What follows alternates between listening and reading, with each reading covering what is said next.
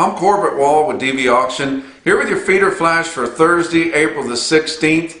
This movement is for the producers. The 3014 movement that I've been pushing here for the last several days, along with the U.S. Cattlemen's Association and several key members within the industry that are trying to do something to make a change for the better and actually save the industry. It's more for the producers than it is necessarily for the feeders. 30% minimum negotiated cash trade within a 14-day delivery will save the industry.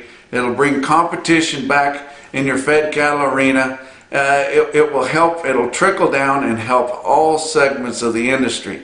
And I've got news for you guys in the northern plains that refuse to support the idea because you want 50% or more, which will be impossible to get. We've got plenty of guys in the southern plains, namely in the Texas Panhandle, big feeders, that don't want any change at all. They want the status quo. They don't want to rock the boat. And I've always kind of heard, if you've got people pissed off on both ends of the spectrum and you're getting a lot of support within the central part, then you're probably on the right track. And that's where we feel we're at right here. And you think, why would they want the status quo? Well, they're happy with their formula agreements, and they don't want to rock the boat. They don't want to mess up what they got. They like their premiums that they're getting, but the premiums compared to what? They like the premiums compared to the cash market that they're riding the coattails of. Not necessarily happy with what they're getting for the cattle. They're not necessarily getting a share of the profits that the packers have been making, monster profits in some instances, always $200 to $300 it seems like, and then every time we hit a bump in the road, some kind of a crisis or a change, then it launches up to $400, $500, $600 a head. They may not be happy with what they're getting in comparison with that, but they're just happy with what they're getting compared to the guys that are selling cash. We're wanting to change that. We're wanting to make it more competitive for the guys that are selling cash, and all you guys that are selling off of something that is based off of that cash market, whether exactly tied to that or loosely tied to that, but they're all ultimately tied to the cash trade, you're going to get to enjoy that too. And that's what we're really getting at here. So many of the guys don't really care what the cattle market is. And you say, what? And I said, many of your big cattle feeders don't really care what the cattle market is. It's all the same to them. All they're worried about is the basis. So if they're buying cattle to feed, it really makes no difference to them whether it's 40 cents, $1.40 or $2.40 for their feeder cattle. All they're worried about is their basis. They're going to buy those cattle, they're going to hedge those cattle, they're going to hope to hell that they have a positive basis whenever those cattle finish out. That's their profit right there. That's what they're going to make, is just the basis, which is all fine and good for them. But the people that are producing those cattle, the people that are growing those cattle, the people that are backgrounding those cattle and taking them to a feeder weight, they've got to have a price level. They've got stuff they've got to buy. They've got to have real money. And to get that, we've got to have more competition within the market at the top price. That price that guys are getting, the cash price for fed cattle every week, it has to have some weight to it. And it has to be real, and it has to be competitive. And we've got to get it up there competitive enough to where guys can afford to run cows and calves. They can afford to buy those lightweight cattle and lease the ground or use their ranches to grow those, or buy the feed to grow them. They've got to have real money. And as far as your cattle feeders can go, it's not that big of a deal for them. They're selling feed installed, they're getting paid for their yardage, and they're hoping for a basis to keep them in business. But and that's why I say this is for the producers, guys, and not necessarily your feeders. Now, a lot of your feeders run cattle too, and they like a healthy market on those cattle that they're running out and growing. But once it gets to just the feeder cattle deal and buying those cattle to put into the feed yard, it really makes no difference to them where they're at. But we've got to keep this thing healthy. We've got to keep a realistic price in there that people can afford to buy $70,000, $80,000 pickups, $200,000 to $300,000 tractors. They can afford to fertilize their pastures. They can afford to buy the supplemental feed that they need, the expensive medications that they need to give those cattle to keep them healthy. They've got to have a price, and it's just not working. We're already at the point, guys, there's not a place in this country, in this United States, that you can buy ground and pay for it running cattle.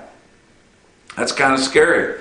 So it's depending on equity of your, the predecessors that you got into that with. Now you may be able to hold your money together, but how are you going to make land payments if we can't keep a healthy price for those cattle? And that's why I'm really wanting you producers to get behind this. Don't think that once the cattle go into the feedlot and start going towards a finished weight that it's out of your hands. We've got to do something to keep a healthy cash price that'll trickle down all the way to your cow-calf producers. And that's why I'm behind this. That's why I think that it will ultimately save the industry from going by the way of the hogs and the chickens.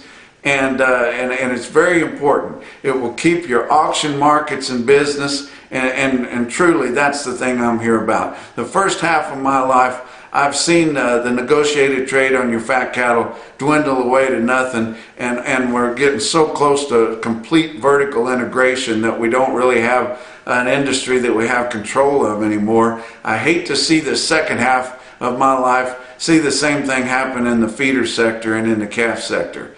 And that's why I'm behind this. I've got a passion for this industry. If you can't appreciate that from watching these videos, you're completely off base right here. But that's why we're doing this. That's why we want you to get behind it. That's why we want you to get on to the sign-up letter and put the name of your outfit and put your name there. And we're not obligating you to anything. We just want you to show support.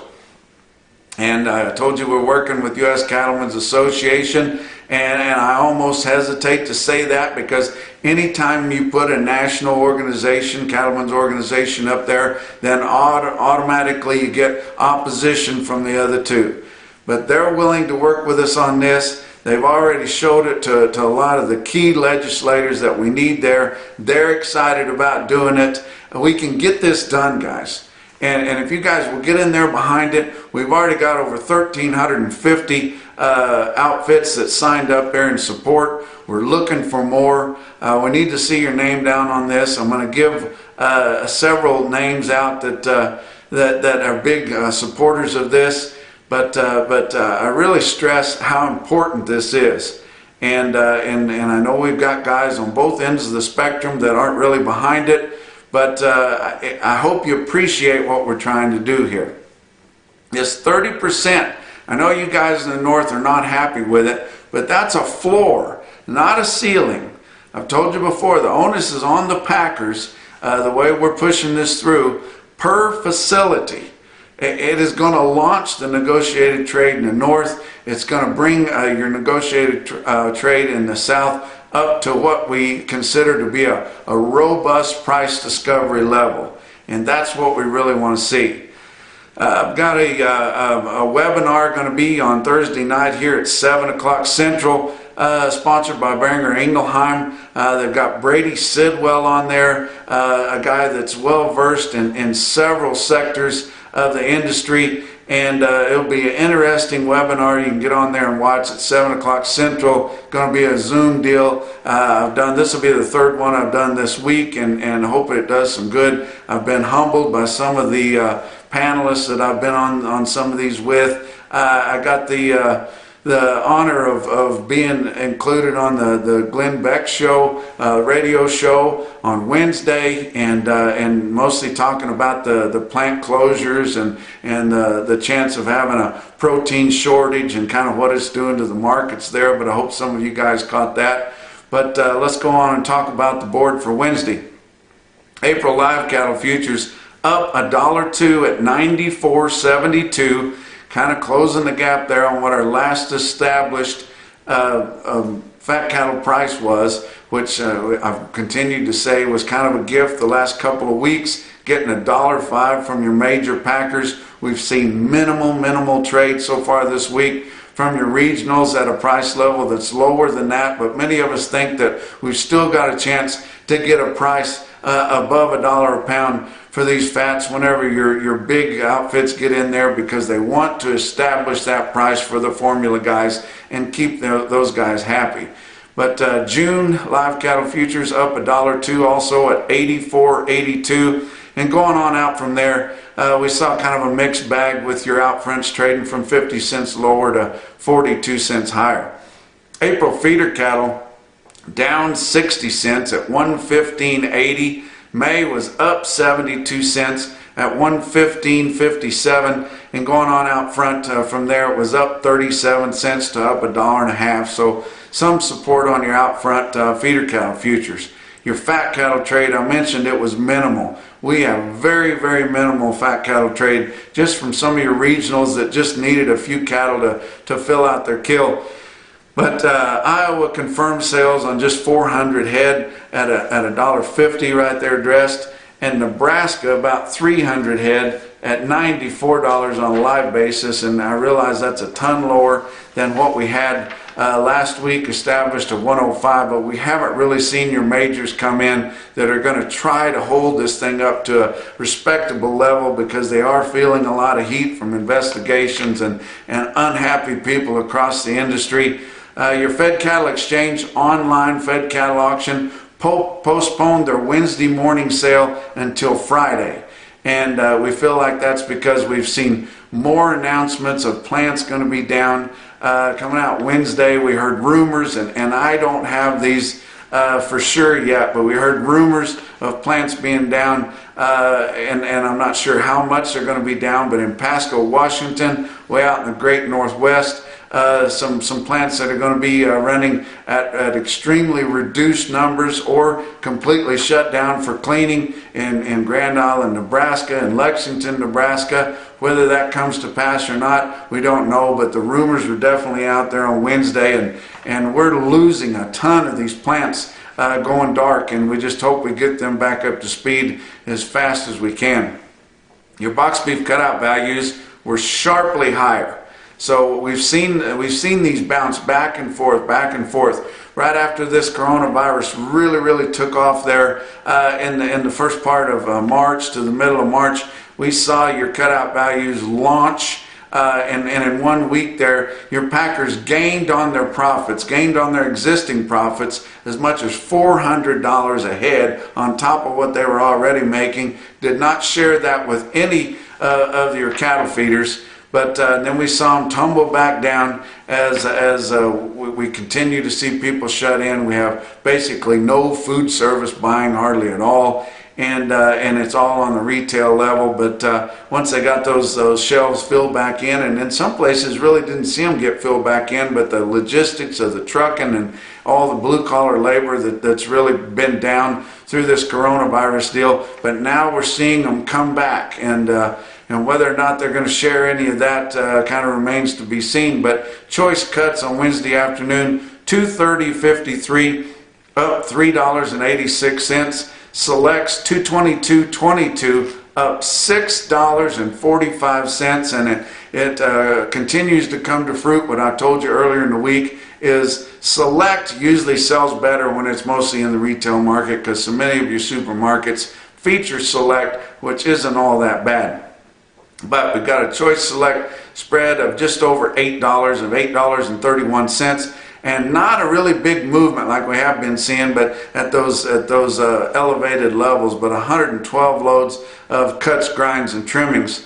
Your slaughter, it continues to disappoint, and not so much in comparison to last week, because by this point last week we were seeing our slaughter fall off a whole lot, but in comparison to a year ago. But just 284,000 head harvested through Wednesday this week. That's down 34,000 compared to last week, but down 82,000 for the week, just through the first part of the week compared to a year ago. I want to give you some rundowns of the people that are supporting the 3014 movement. Like I said, we've got over 1,350 people sign on to this now. They're all got some kind of a skin in the business, where they're a feed store, they're a feed lot, they're a sale barn, they're a producer, something that they do. It ties them to the cattle business, and we want to get as many of them on there as we can. We want you to go on and sign on to the sign-on letter. It's very easy. Just pull it up, enter a little bit of information, and push submit, and you're on there. You can find that if you're watching this video on the National Beef Wire page. It's on that banner, and there's not necessarily a link there. Just click the banner that's underneath this video, and you can go on and sign it right there. If you're not watching this on National Beef Wire, if you're watching it on YouTube or somewhere, you can go to nationalbeefwire.com, and you can find the banner there and click on it and bring up the sign-on letter. We do now have it posted on U.S. Cattlemen's website, and you can go on there and look at it. It's on social media. There's plenty of places to find it, and you don't have to be very computer techy to get this. But I want to share a bunch of more names that showed up on Wednesday. I shared a bunch of them that come out the first day that we really kept track of it, but we've got more of them now, and this is by no means all of them, but just some stick out deals from all across the country that I thought I'd share with you here. Rockin' R Farms, Lucerne, Missouri, big backgrounders there in north central Missouri. Sam Blakeney, livestock in Mississippi. He's a friend of mine, sells animal health supplies there and runs cattle there with his family, and really a nice young guy there too. Pioneer Farms Meats out of Virginia, signed on there. Justin Tupper with St. On's Livestock Auction, St. On's, South Dakota. He's one of the key guys that was there when we made the decision up in Billings, Montana at that U.S. Cattlemen's event that we were all there speaking at, when we decided to get behind something and push on it, and not just talk about it, but get behind something and push and try to make something happen. Justin Tupper is the Vice President of the U.S. Cattlemen's Association. He'll soon be President of that organization. He's tired of just talking about doing something and wants to get something done there. And he's a really up and coming guy in the industry. Not that he hasn't always been, but he's getting more outspoken all the time. And he knows what we need in this business, and he's really behind this 3014 movement. Mill Creek Cattle Company out of Iowa, Paxton Ranch out of Nebraska, Wall Cattle Company, which is not any kinship to me, but they're out of Arkansas, and we're glad to have them on. Okeechobee Livestock Market out of Okeechobee, Florida, signed on. Dole Homestead Incorporated out of Ohio, Intermountain Livestock out of Oregon is signed on. My friend Ted Baum with Elgin Livestock Sales in Elgin, Nebraska is signed on there. That's a really top sale up there in the Midwest. Justin Gerber Angus out of Oklahoma. Nevada Livestock Marketing, my friend Jack Payne there in Fallon, Nevada, he is signed on there. And you think, well, those guys aren't even in the cattle feeding region. No, this is for the producers, guys, nationwide. It's for your auction markets, for your order buyers. They won't need all you guys once we've killed all the competition in this deal, and when we backed off to the point where we've only got 8 or 10 outfits feeding cattle. And how long do you think it's going to take before they kind of get their heads together and it trickles down where guys can't even afford to raise them anymore? But Spinks Ranch, my friend Wes Spinks there in southwest Missouri. Joe Don Pogue Livestock out of Sulphur Springs, Texas there. He's a world champion auctioneer and a cattleman down there in central Texas. He signed on to it. Hunts Brangus out of Georgia. I've been to their place and done their production sale before. Some really nice God-fearing people there, and enjoyed meeting those guys there. Cherokee Livestock Sales, my friend Jared Herman there in Cherokee, Oklahoma, and they've signed on there too. Sullivan Charlets out of Kentucky, if that sounds familiar. That's Candy Sullivan with Brahmagen Commodities, but she's got a Charlet herd there too, and she's signed on. Kansas Cattlemen's Association, that is a mixture of NCBA, U.S. Cattlemen's, and RCAF people. I tell you what, I've spoken at their events before, and really a good bunch of people there. at Kansas Cattlemen's Association. Toppenish Livestock Commission out of Washington. I tell you what, the sale barns ought to really be behind this, because it is going to ensure your future, guys, to have a market for those feeder cattle and calves. Killian Quarter Horses out of Arkansas. They're probably figuring they're not going to be able to sell too many cow horses if we don't have ranches and people using those kind of horses in this industry. North Florida Livestock Market signed on with us.